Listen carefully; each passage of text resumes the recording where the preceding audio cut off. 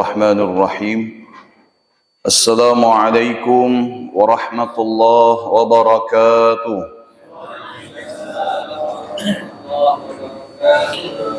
نويت التعلم والتعليم والإفادة والاستفادة والتذكر والتذكير والنفع والانتفاع والحث على تمسك بكتاب الله وسنة رسول الله والدلالة على الهدى والدعاء على الخير. اللهم صل على سيدنا محمد الفاتح لما أغلق والخاتم لما سبق ناصر الحق بالحق الهادي إلى صراطك المستقيم وعلى آله وصحبه حق قدره ومقداره العظيم. سبحانك لا علم لنا إلا ما علمتنا إنك أنت العليم الحكيم. رب اشرح لي صدري ويسر لي أمري واحلل عقدة من لساني يفقهوا قولي. صلى الله على سيدنا محمد وعلى آله وصحبه وبارك وسلم. الحمد لله رب العالمين. الحمد لله رب العالمين وبه نستعين على أمور الدنيا والدين، والصلاة والسلام على أشرف الأنبياء والمرسلين سيدنا محمد وعلى آله وصحبه أجمعين. قال المصنف رحمه الله ونفعنا وبعلومه في الدارين لأن قال: وقائم غني وواحد وحي قادر مريد عالم بكل شيء. Allah Subhanahu wa taala memiliki sifat yang namanya sifat as-salbiyah. Ya. Sifat salbiyah yang berjumlah ada 5 setelah sifat wujud, yaitu al-qidam, al-baqa, al-mukhalafatu lil hawadith, dan kemudian qiyamuhu binafsihi.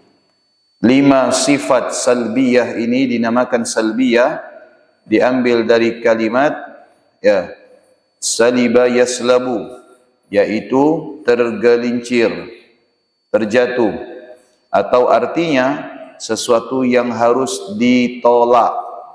5 sifat ini adalah untuk menolak anggapan-anggapan orang terhadap Allah Subhanahu wa taala.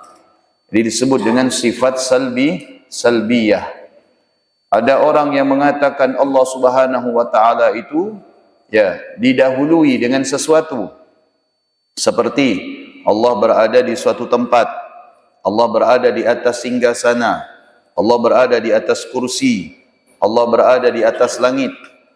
Maka menandakan bahwasanya ketika Allah dikaitkan dengan tempat atau arah, berarti tempat dan arah jauh lebih besar dari Allah Subhanahu wa taala. Maka di sini sesuatu yang mustahil, ada yang lebih besar apapun, baik itu bentuk, tempat atau arah dari Allah Subhanahu wa taala. Yang kedua, mengaitkan Allah dengan tempat, dengan keberadaannya adalah merupakan hal yang berkaitan dengan makhluk, dan itu mustahil di dalam zatnya Allah Subhanahu wa taala. Jadi Allah Subhanahu wa taala apakah tidak bertempat? Jawabannya, Allah tidak memerlukan yang namanya tempat. Ya, karena tempat itu menunjukkan kepada arah, dan arah itu bisa di atas, di bawah, di kanan, di kiri, di tengah. Lantas di mana? Kalau mengatakan di atas dan di bawah, berarti menandakan kepada arah, dan yang memerlukan kepada arah adalah makhluk.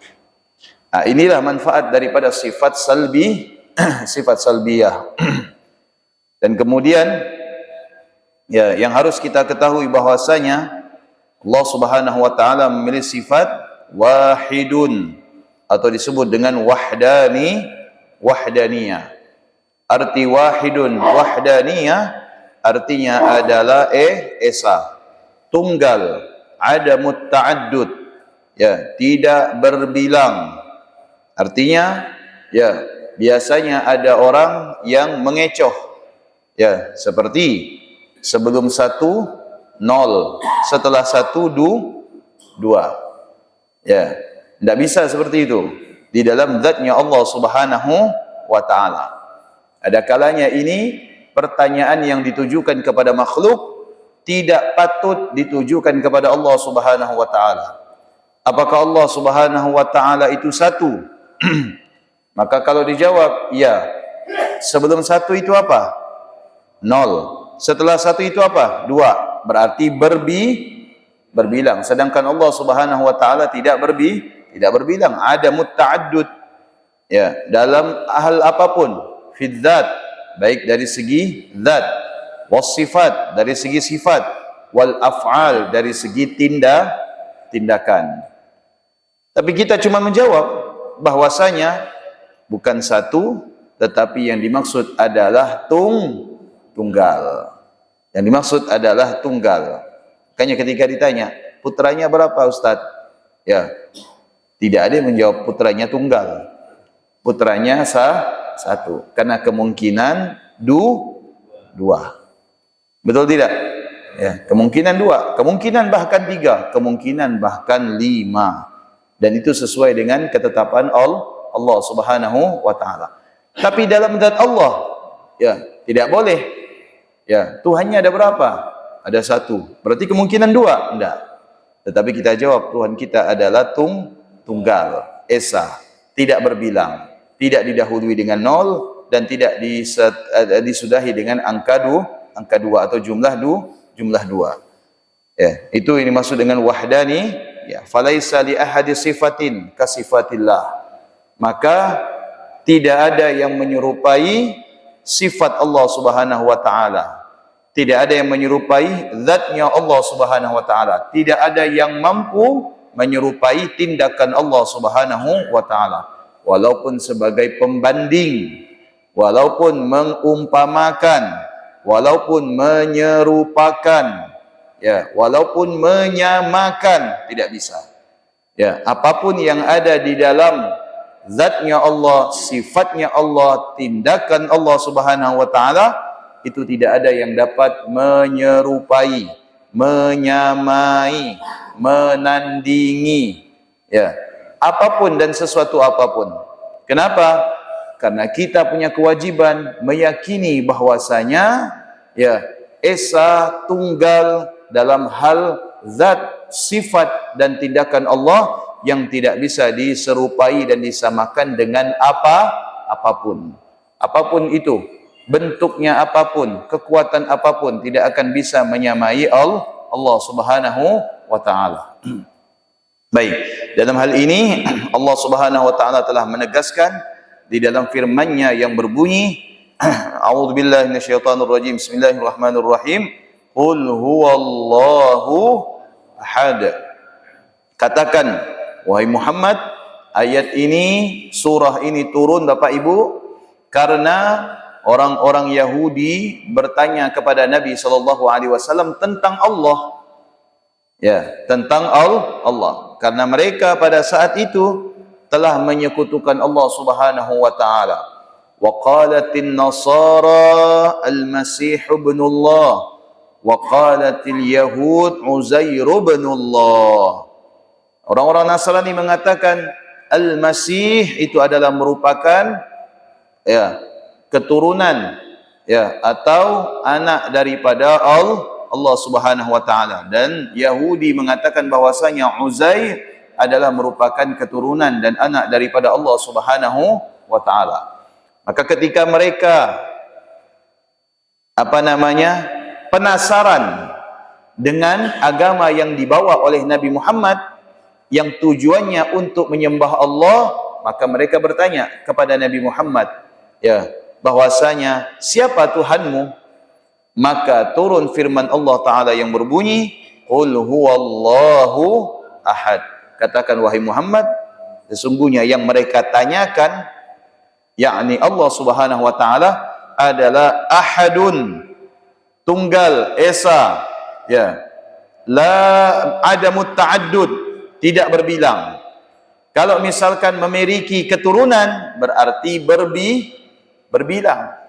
Kalau dianggap Tuhan itu punya pasangan, dianggap Tuhan itu punya keturunan, dianggap Tuhan itu punya partner, ya, misalkan ada Tuhan langit, Tuhan bumi, Tuhan barat, Tuhan utara, Tuhan selatan, Tuhan timur, Tuhan atas, Tuhan bawah, Tuhan samping kanan, Tuhan samping kiri, Tuhan tengah, Tuhan tu.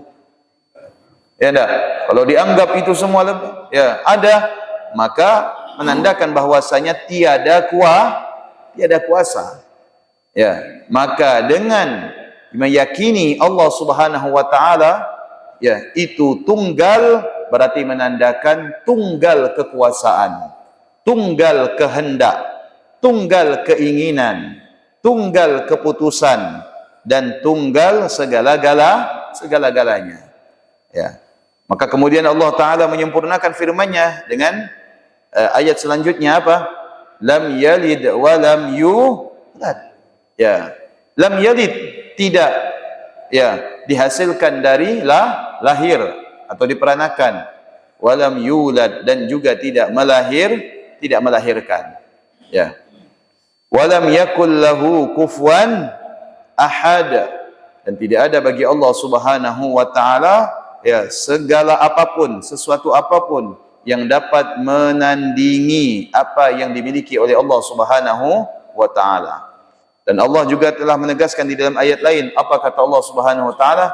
Qul law kana ma'ahu alihatun kama yaquluna idzal labtaghaw ila dzil 'arsy sabila subhanahu wa ta'ala amma yaquluna 'uluwan kabira. Katakan wahai Muhammad, lau kana ma'ahu, andaikan mereka itu berpendapat, andaikan mereka itu berkeyakinan, andaikan mereka itu menduga ada Tuhan selain Allah Subhanahu wa taala, ya, sebagaimana yang mereka yakini atau yang mereka duga atau yang mereka katakan terhadap Tuhan-Tuhan mereka, idzal labtaghaw ila dzil 'arsy sabila, tentu ya ciptaan ini akan banyak ya sesuatu yang berkelainan, ya akan banyak di dalam ciptaan ini berkelainan di dalam hal kehendak atau keputusan. Subhanahu wa ta'ala amma yaquluna 'uluwan kabira, maha suci Allah atas tentang apa yang mereka katakan kepada Allah, tentang apa yang mereka duga. 'Uluwan kabira, sesungguhnya Allah maha tinggi dan Allah Subhanahu wa ta'ala maha besar. Kalimat subhanah adalah kalimat litanzih, untuk mensucikan segala macam tuduhan dan dugaan yang tidak tepat dan tidak benar kepada Allah Subhanahu wa taala. Ya, baik itu secara zat atau secara sifat atau secara al-iradat, ketetapan atau kehendak. Falau kana lil kauni akthar min ilahin la arada ilahun baqa' rajulin wa arada al ilah al akhar mautuhu fatasara'a fa fasada al kaun. Andaikan Tuhan itu lebih daripada satu, tentu akan banyak kehendak dan ketetapan di dunia ini. Tuhan satu mengatakan yang ini ya masih hidup. Tuhan satu mengatakan udah matikan saja, udah banyak dosanya. Tuhan satu mengatakan enggak, biarkan saja karena masih ada kesempatan untuk berbuat baik. Maka pada akhirnya dunia ini akan terjadi perselisihan, ya, atau istilahnya tumpang tindih di dalam ketetapan. Nah, maka dalam hal ini mustahil bagi Allah Subhanahu wa taala, itu baik dari segi sifat, zat dan kehendak, ya, artinya lebih daripada apa yang dimiliki oleh Allah Subhanahu wa taala. Faidatun at-tauhid ala arba'ati aqsam. Baik, mentauhidkan Allah Subhanahu wa taala itu bukan hanya secara keyakinan semata. Artinya meyakini Allah Subhanahu wa taala tunggal cukup, tidak. Tetapi meyakini, mentauhidkan Allah Subhanahu wa taala dalam hal segala-galanya. Dalam hal sifat, dalam hal zat, dan dalam hal kehendak dan ketetapan. Maka para ulama membagi tauhid itu, mentauhidkan Allah terbagi menjadi 4 macam. Ada yang namanya tauhid al-uluhiyah, ya, mentauhidkan Allah Subhanahu wa taala, ya, dari hal apa? Ya, dari hal wujud, ya, keberadaan Allah Subhanahu wa taala, kedudukan Allah, mentauhidkan Allah dari segi kedudukan, al-uluhiyah. Ya, artinya di sini meyakini bahwasanya Allah Subhanahu wa taala uluwan kabira, maha tinggi dan maha besar. Tidak ada yang lebih tinggi daripada Allah Subhanahu wa taala, tidak ada yang lebih besar daripada Allah Subhanahu wa taala. Ingat, tinggi di sini bukan posisi, besar di sini bukan ukuran. Tinggi di sini bukan posisi. Artinya seorang wakil, ya, itu di bawah ketua. Ketua di bawah penasihat. Tidak demikian. Bahwasanya meninggikan Allah Subhanahu wa taala dengan setinggi-tingginya adalah tidak meyakini di atas Allah itu ada sesuatu. Ya, tidak ada sesuatu apapun di atas Allah Subhanahu wa taala yang memberikan pengaruh, yang memberikan kehendak atau yang berkuasa. Beda halnya kita sebagai manusia ini, setinggi-tingginya ya bahwasanya ada yang lebih tinggi. Yang lebih tinggi daripada seorang bupati, namanya apa? Gubernur. Yang lebih tinggi daripada gubernur, yang namanya presiden. Yang lebih tinggi daripada presiden, ya, ada lagi penasehat presiden.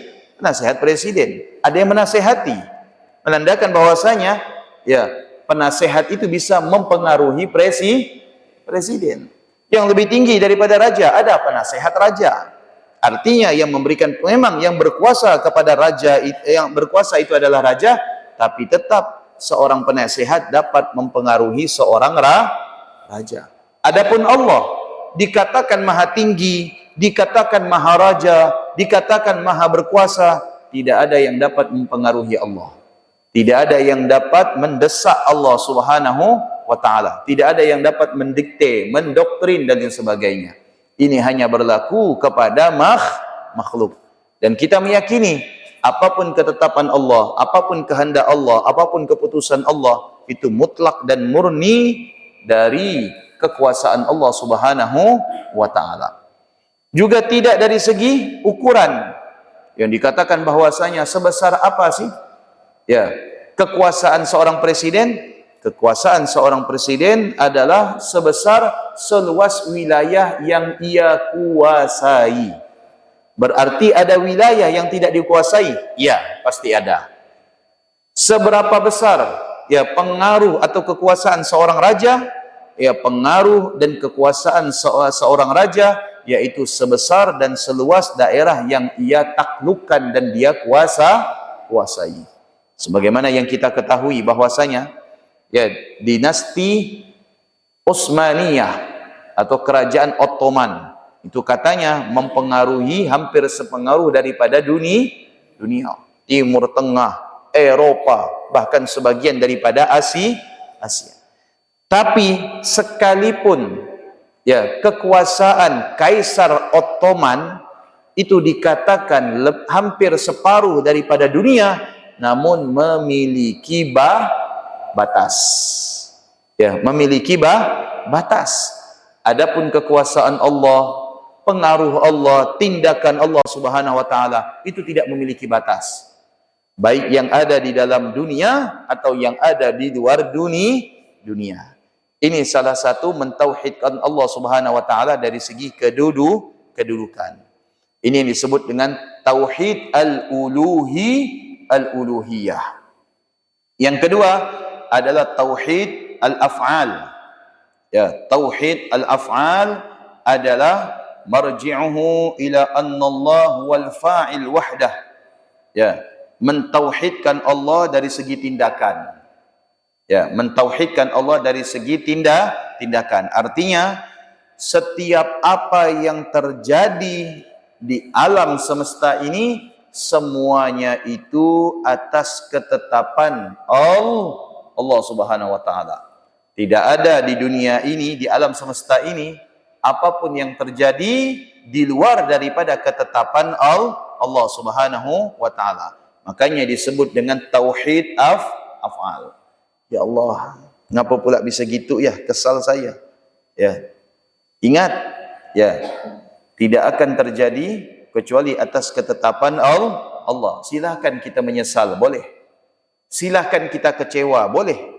Tapi ingat, harus mengembalikannya kepada Allah Subhanahu wa ta'ala. Makanya semua itu ada bagian masing-masing, dan semua itu harus diambil tindakan. Sebagai bentuk apa? Sebagai bentuk bahwasanya kita sebagai seorang khalifah telah bertindak sesuai dengan apa yang telah ditetapkan oleh Allah. Tak boleh semuanya dikembalikan kepada apa? Kepada perasaan. Contoh misalkan, ada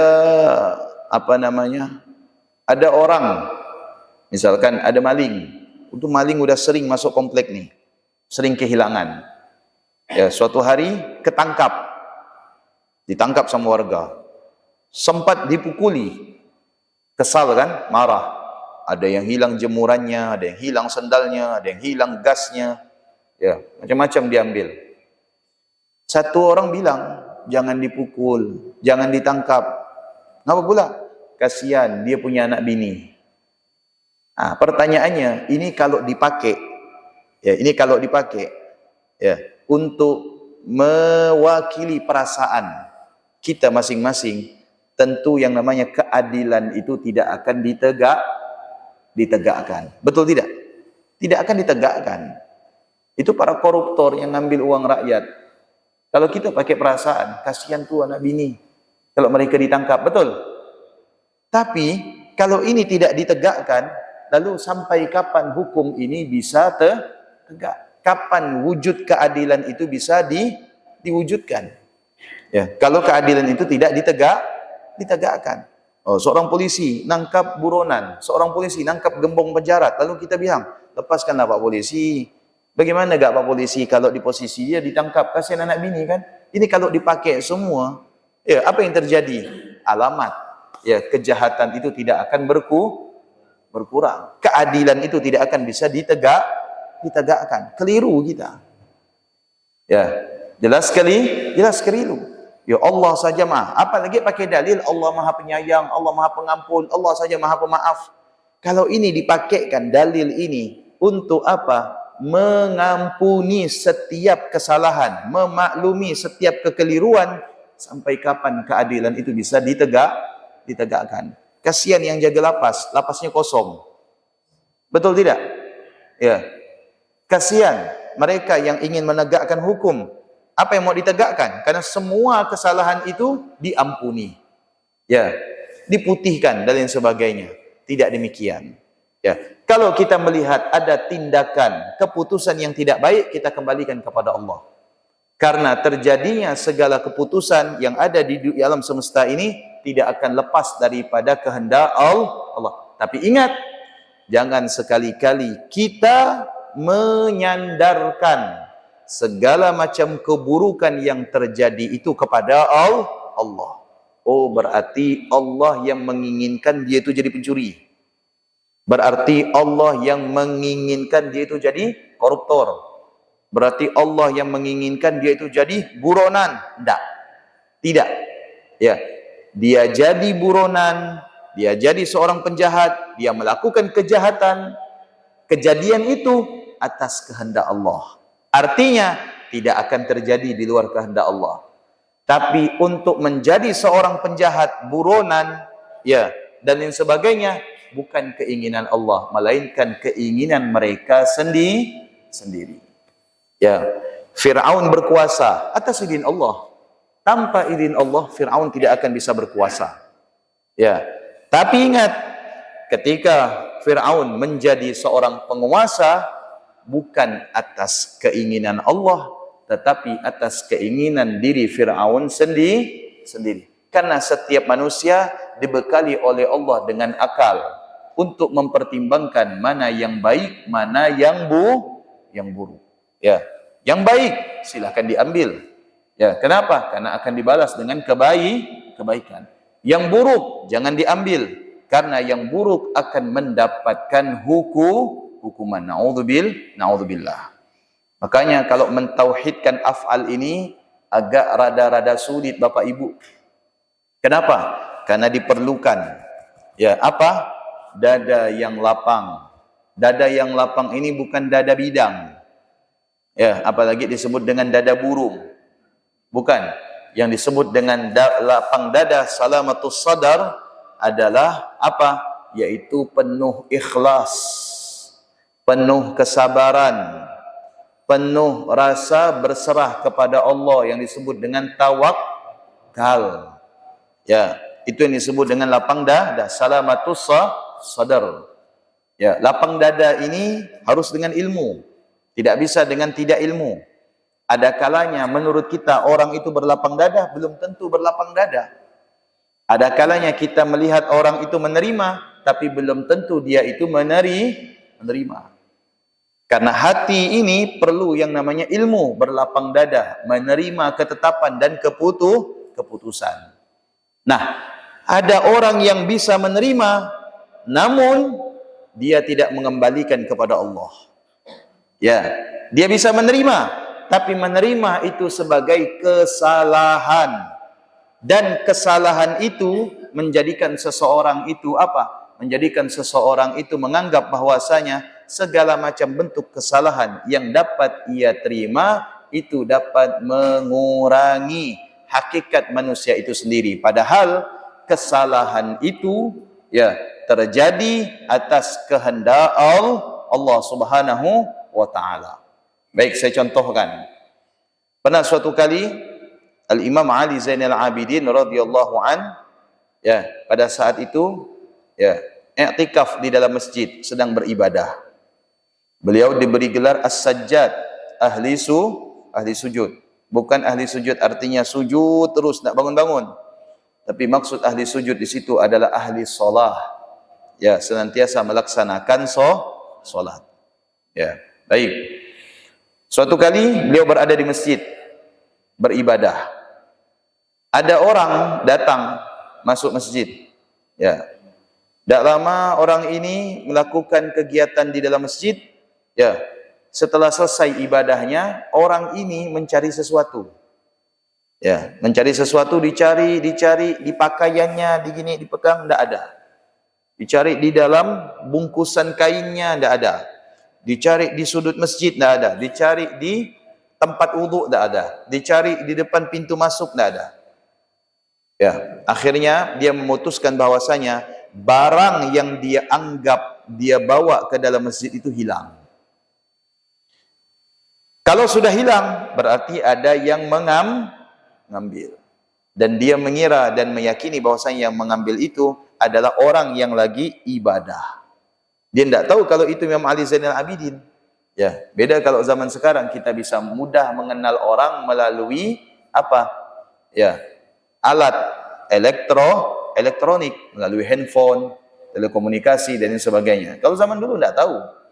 Ya, orang juga tidak tahu kalau Sayyidina Umar itu sebagai seorang pemimpin. Ketika Sayyidina Umar bertanya, ya, kepada seseorang, apa yang engkau masak? Yang aku masak adalah batu. Kenapa dimasak itu batu?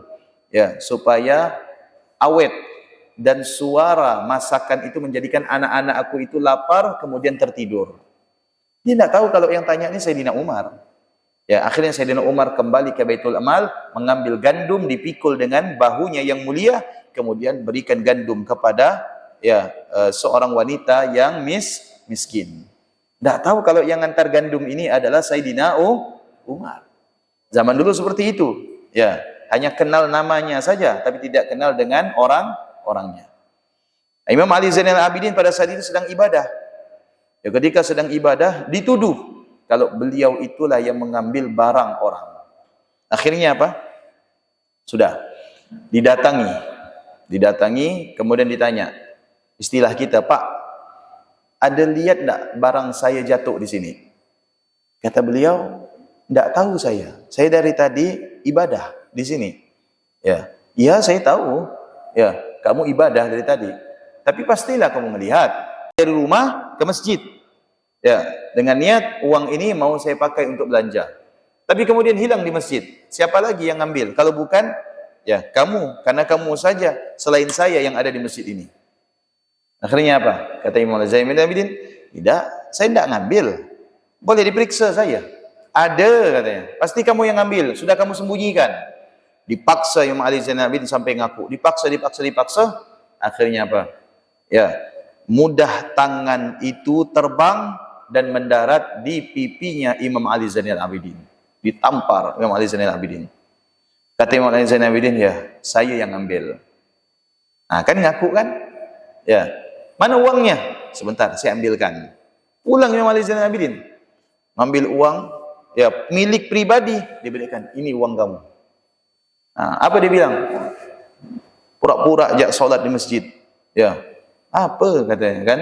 Ibadah, modus. Tujuannya untuk mengambil barang milik orang lain. Dah apa kata Imam Ali Zainal Abidin? Itu milikmu, ambil. Imam Ali Zainal Abidin melanjutkan kembali ibadahnya. Orang ini pulang ke rumahnya. Begitu pulang ke rumahnya, apa yang dia dapatkan? Dia buka lemari, ternyata kantong uangnya itu masih berada di dalam lemari.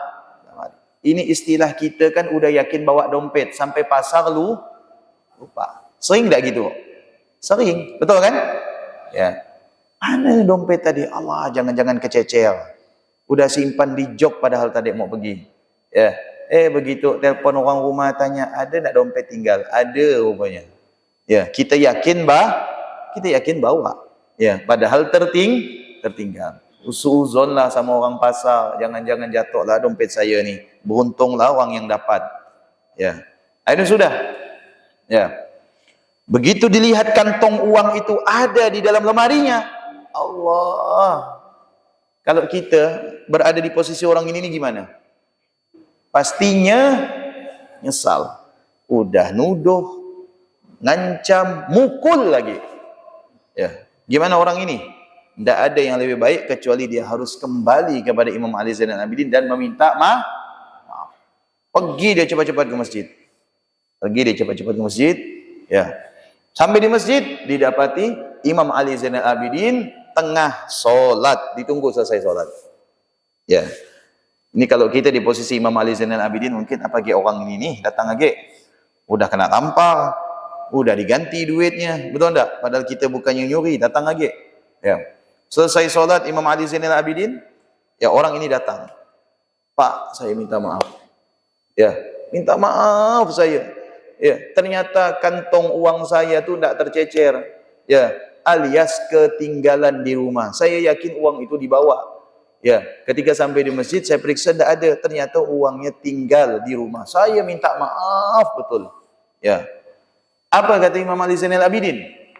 Ya, kata beliau, belum ente minta maaf sudah saya maafkan.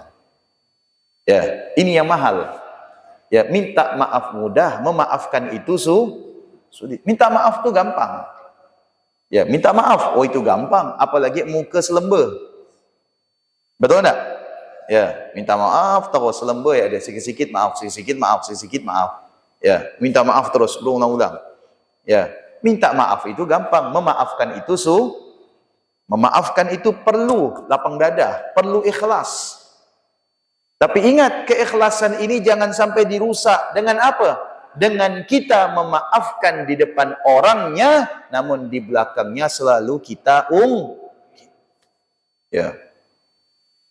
Ya udah saya maafkan dia tu, buat lagi. Ya. Dikira saya maafkan benar-benar kali. Cuma depan dia ya tu. Akan kadang gitu. Berarti tidak ikhlas. Padahal Allah Taala berfirman, wal qaziminal ghaid wal 'afina 'anil nas wallahu yuhibbul muhsinin. Wal qaziminal ghaid, orang yang bisa menahan amarahnya. Wal 'afina 'anil nas, dan mudah memaafkan kesalahan orang lain. Wallahu yuhibbul muhsinin. Dan itu adalah tanda orang-orang yang dicintai oleh Allah. Belum ente memukul saya, sudah saya maafkan. Bayangkan. Ya, ini gimana lagi? Ada orang, udah dipukul baru maafkan. Tapi ini belum ente mukul saya. Ya, belum tangan ente mendarat ke pipi saya sudah maafkan. Ya. Apa kata beliau? Ya. Terima kasih, sudah maafkan saya. Dan ini uang milik saya pribadi, uang yang anda berikan kepada saya itu uang anda, sudah saya pakai belanja dan jumlahnya sama, saya kembalikan. Apa kata Imam Ali Zainal Abidin? Ya, nahnu qaumun, kami adalah suatu kaum, apabila memberi tidak berharap balasan. Ya, apabila memberi tidak berharap balasan. Wa yut'imuna at-ta'ama ala hubbi yatiman wa asira. Innama nut'imukum liwajhillah la nuridu minkum jazaa'an wala syukura. Innama nut'imukum liwajhillah. Kami memberi ini karena Allah. La nuridu minkum jazaa'an wala syukura. Tidak berharap balasan dari kalian. Ketika kita memberi orang, kita tuh diajarkan jangan sekali-kali berharap balasan dari orang yang kita beri. Ya, kadang-kala kan kita beri tapi berharap ingat ni aku ngasih kau, jangan pula nanti kau ada kau lalu tak ngasih saya. Pasti berharap.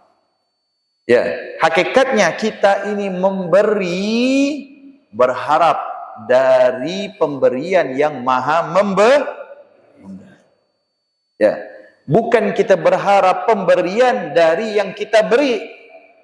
Ya, karena yang kita beri ini tidak bisa kita pastikan apakah bisa membalas kebaikan apa yang telah kita berikan.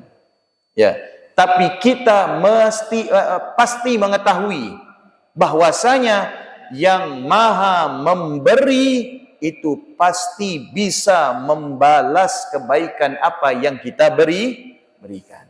Ya. Innama nut'imukum liwajhillah la nuridu minkum jazaa'an wala syukura. Saya, kata Imam Ali Zainal Abidin, adalah bagian daripada orang yang apabila memberi tidak berharap balasan. Ya, apapun bentuk balasannya, pujian ke, sanjungan ke, atau sesuatu yang semisal ke. Ini kadangkala kita ni kan bilang kepada teman, saya traktir kau makan siang, nanti kau traktir saya makan malam ya. Kadang kan gitu, kadang tak mau. Ya, kita traktir dia makan, dia traktir kita ngopi. Ini tak sepadan namanya. Ya, kadang kan seperti itu. Betul tak? Katanya teman, loyal katanya. Tidak demikian. Kita tidak diajarkan demikian. Kalau kita sudah memberi, sudah. Ya, apa yang kita harapkan? Balasan dari Allah Subhanahu wa taala. Yang terakhir ini luar biasa. Apa kata orang yang nuduh itu? Pak, silahkan balas tamparan saya dengan Bapak menampar muka saya sekarang. Ya. Apa kata beliau? Kalau saya ngebalas, berarti sama dengan saya ngebalas Allah. Ya, karena tangan Anda tidak akan sampai ke pipi saya kecuali atas izin Allah. Seandainya saya itu harus membalas, maka seakan-akan saya tidak ridho dengan apa yang telah ditetapkan oleh Allah. Walaupun beliau punya keyakinan, ya, bahwasanya keinginan untuk menampar itu bukan kehendak Allah, tapi dengan dia menampar itu atas izin Allah Subhanahu wa taala. Dengan dia menampar itu atas izin Allah, sama saja kalau saya membalas tamparan Anda, berarti saya membalas Allah. Ini dimaksud dengan tauhid af'al. Ya, ini dimaksud dengan tauhid af'al, mengembalikan semua yang terjadi, apapun tindakan itu kepada Allah. Jangan hanya mengembalikan kepada Allah itu yang baik. Ya, ada orang traktir, lihatlah tuh. Ya, kalau kita baik pasti dibaikkan sama orang. Ya, lihatlah kalau kita ni anak soleh, pasti dia dijamin rezekinya. Disebut dengan rezeki anak soleh. Solat enggak, ngaji enggak, puasa tak ada, lalu klaim dirinya anak soleh dari mana ini? Ya. Tapi dalam hal keburukan, apa kita bisa? Apa kita mampu mengembalikan itu kepada Allah? Ya, ada kalanya kebaikan mudah kita mengembalikannya kepada Allah. Tapi kalau keburukan, ya, terkadang tidak kita kembalikan kepada Allah. Padahal terjadinya suatu kebaikan atau suatu keburukan itu semua atas izin Allah Subhanahu wa taala. Subhana man idza arada syai'an ay yaqula lahu kun fayakun. Subhanalladzi malakutu kulli syai'in wa ilaihi turja'un. Fa subhanalladzi malakutu kulli syai'in wa ilaihi kullu syai'in wa ilaihi turja'un. Segala sesuatu, apapun sesuatu itu. Sesuatu itu menyangkut yang baik, menyangkut yang buruk, menyangkut yang kita inginkan, menyangkut yang tidak kita inginkan sekalipun. Wa ilaihi turja'un. Kepada Allah Subhanahu wa taala itu dikembalikan. dikembalikan. Ya, makanya berlapang dada itu bukan hal yang mudah. Karena diperlukan ilmu, disebut dengan ilmu ikhlas, disebut dengan ilmu sabar, disebut dengan ilmu tawakal, berpasrah kepada Allah Subhanahu wa taala. Wa tauhidus sifat. Ya, yang ketiga adalah mentauhidkan Allah Subhanahu wa taala secara sifat. Marji'uhu ila annallahu wal hayyu wahdahu. Ya, bahwasanya mengembalikan segala apa yang kita yakini daripada sifat Allah Subhanahu wa taala itu kepada Allah saja. Ya, siapa yang berkehendak? Allah Subhanahu wa taala. Siapa yang menurunkan hujan? Allah. Siapa yang menjadikan panas? Allah. Siapa yang menjadikan tumbuh-tumbuhan itu tumbuh? Allah. Siapa yang menjadikan tumbuh-tumbuhan itu mati? Allah Subhanahu wa taala. Mengembalikan ya segala sifat itu kepada Allah Subhanahu wa taala. Artinya apapun yang kita lihat, ya, pergantian siang dan malam, ya, terjadi kejadian lahir, meninggal, kemudian bahagia dan duka dan sebagainya, itu kembali kepada Allah Subhanahu wa taala. Dan kita bisa melihat tidak segala sesuatu yang indah itu yang bisa kita terima, tetapi sesuatu yang buruk itu juga harus kita terima. Karena kita tidak diajarkan untuk hanya menerima sifat jamalnya Allah, tapi kita juga harus melihat sifat jalalnya Allah Subhanahu wa taala. Kalau kita lihat orang senang, orang bahagia, itu bagian daripada sifat jamalnya Allah, indahnya Allah Subhanahu wa taala. Tapi kalau kita lihat orang yang sedang dirundung musibah, maka kita melihat sifat jalalnya Allah Subhanahu wa taala, keadilan Allah. Allah Maha Adil. Ya. Ada orang yang sakit bertahun-tahun tak kunjung sembuh, kasihan. Ya, kita melihat sifat jalalnya Allah Subhanahu wa taala. Bukan artinya Allah menginginkan dia itu sakit, tapi di balik rasa sakit itu Allah menyimpan yang namanya ampunan. Ya, Allah memberikan yang namanya ampunan yang sangat luas. Ya, saya kasih contoh. Ya, kemarin nenek istri saya itu meninggal. Usianya hampir 80. Ya, meninggal. 2 hari sakaratul maut. Ya, tidak sadar. Dokter menyatakan, ya, tidak ada klaim penyakit sama sekali di dalam tubuhnya, hanya jantungnya itu sudah tidak berfungsi. Tapi masih mengeluarkan air mata. Air matanya keluar. Ya. Air matanya keluar. Kemudian mulutnya itu mengeluarkan busa. Ya, kemudian apa lagi? Matanya itu tidak bisa melek sama sekali. Ya. Nah, ini anak-anaknya itu sudah tangisan semua, nelpon. Saya tidak hadir, ya kan, karena saya jaga anak-anak. Jadi saya di rumah bujang sekarang. Saya jaga anak-anak, karena anak-anak sekolah kan. Jadi saya pulang sama yang paling bungsu.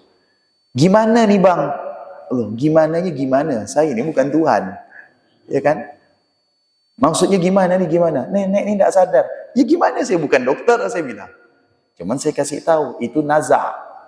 Kalau istilahnya, ya di dalam fikih itu namanya muhtadar.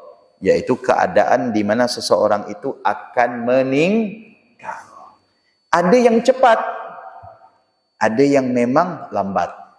Yang cepat belum tentu menjamin kalau dia itu orang soleh. Orang mati bunuh diri itu macam mana? Betul enggak? Gantung diri itu tidak ada pakai nazak berhari-hari, langsung apakah menandakan dia baik matinya? Belum tentu. Ya, orang sakaratul maut 2 hari, 3 hari. Nabi sakaratul maut berapa hari? Lebih dari sehari. Nabi Yakub lebih dari sehari. Ya, sakaratul maut. Ya, apakah semakin lama sakaratul maut itu menandakan orang itu banyak dosanya? Belum tentu. Karena bisa jadi yang lama ini, ya, itu adalah bagian daripada sifat jalalnya Allah. Agar dia mendapatkan tebusan, ampunan dari segala dosa yang dia miliki. Yang cepat bisa jadi karena cepat-cepat supaya bisa diazab. disiksa. Betul tidak? Ya. Tapi itu tidak semua dijadikan ukuran. Ya, lalu saya ajarkan. Nah, coba baca surah Ar-Ra'du. Ini buat kita semua. Kalau ada yang sakaratul maut, baca surah Ar-Ra'du, dibaca oleh laki-laki yang sudah menikah 4 orang. Supaya ruhnya cepat keluar. Tapi kalau kawan tidur, jangan dibaca. Ya, kawan tidur dibacakan pula surah Ar-Ra'du. Biar tak kembali rohnya, karena benci benar sama kawan ini. Ya, jangan. Ya kan, surah Ar-Ra'du dibaca 4 orang. Ya kan, dibaca, saya bilang. Surah Ar-Ra'du yang mana? Yang ini saya kirimkan. Saya screenshot. Ini. Dibaca 4 orang. Kalau perempuan, sebaiknya laki-laki, saya bilang. Baca 4 orang, ya, bersamaan. Nah, setelah itu ditunggu reaksinya. Betul. Habis dibaca, pagi itu sekitar jam 9 nelpon saya, ya video call, gimana nih bang? Baca surah Ar-Ra'du. Habis baca surah Ar-Ra'du, ada reaksi. Apa? Keringatnya keluar. Ya, dari dahi. Ini keringatnya keluar nih. Siap-siap, ruhnya sebentar lagi diambil. Ya. Kakinya diluruskan, saya bilang. Kakinya diluruskan. Yang semulanya begini. Luruskan. Udah. Kemudian, ya, tangannya diluruskan dulu, saya bilang itu. Karena belum meninggal kan. Ya. Kemudian saya bilang, pakaikan siwak. Ada siwak kan? Ada. Pakaikan siwak. Basahkan dulu siwaknya, lembutkan. Pakaikan. Kasih air minum sedikit, kasih minum. Ya. Apa yang terjadi?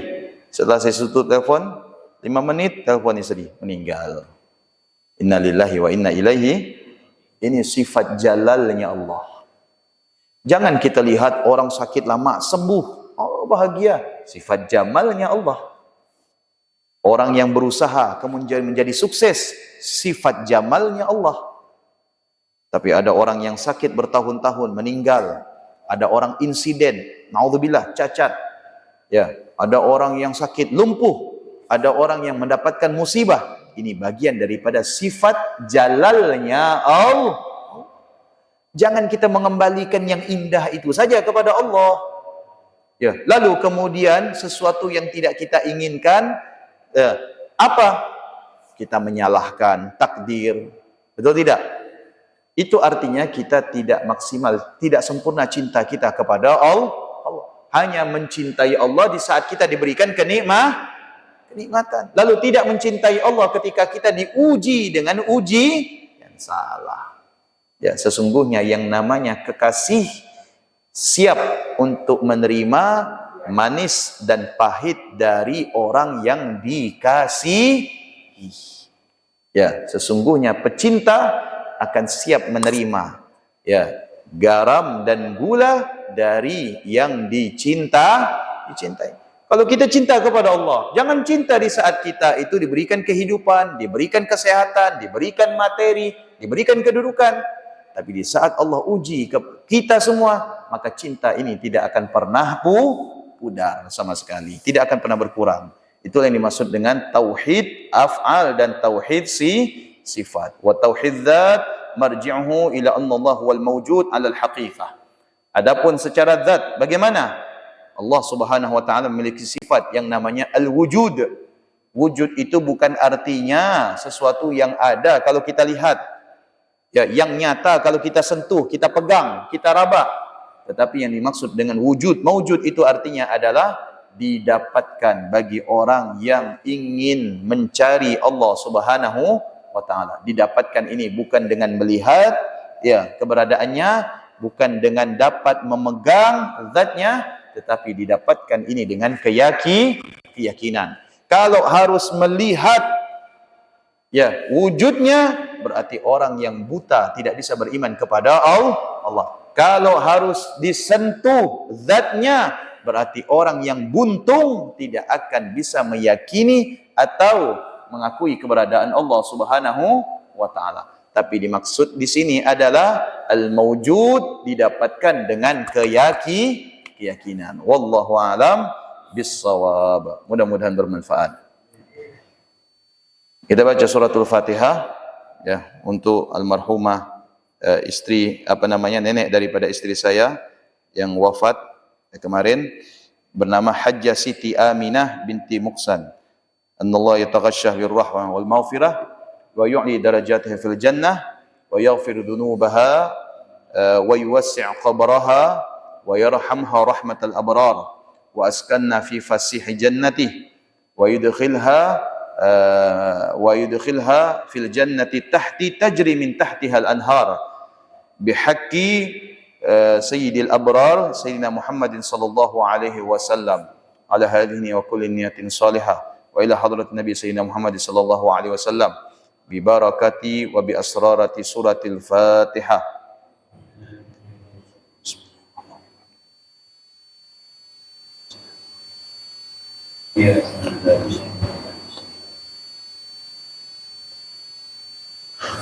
أعوذ بالله من الشيطان الرجيم. بسم الله الرحمن الرحيم. الحمد لله رب العالمين حمدا يوافي نعمه ويكافي مزيدا. يا ربنا لك الحمد كما ينبغي لجلال وجهك الكريم وعظيم سلطانك.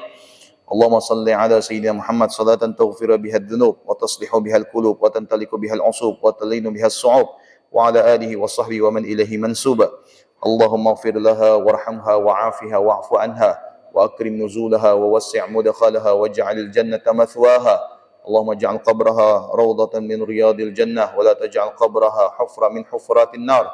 اللهم أنزل على قبرها الرحمة والمغفرة والشفاعة والبهجة والفلاح والمطمئنة على جميع أهل القبور من المسلمين والمسلمات والمؤمنين والمؤمنات. اللهم أنزل على قبرها وعلى جميع قبور المسلمين الضياء والنور والفسحة والسرور. اللهم أنزل على قبرها وعلى جميع قبور المسلمين الفسحة والآمان والعفو والرضوان. يا حنان يا منان يا من إذا سئل أعطى وإذا استعين أعان. ربنا اغفر لنا ولإخواننا الذين سبقونا بالإيمان ولا تجعل في قلوبنا غلا للذين آمنوا ربنا إنك رؤوف رحيم. ربنا آتنا في الدنيا حسنة وفي الآخرة حسنة وقنا عذاب النار. صلى الله على سيدنا محمد وعلى آله وصحبه وبارك وسلم والحمد لله رب العالمين. Terima kasih banyak. Mudah-mudahan Allah karuniakan kita panjang umur dalam ketaatan, sehat wal afiat. Amin ya rabbal alamin. Subhanakallahumma wa bihamdika asyhadu an la ilaha illa anta astaghfiruka wa atubu ilaik. Assalamualaikum warahmatullahi wabarakatuh.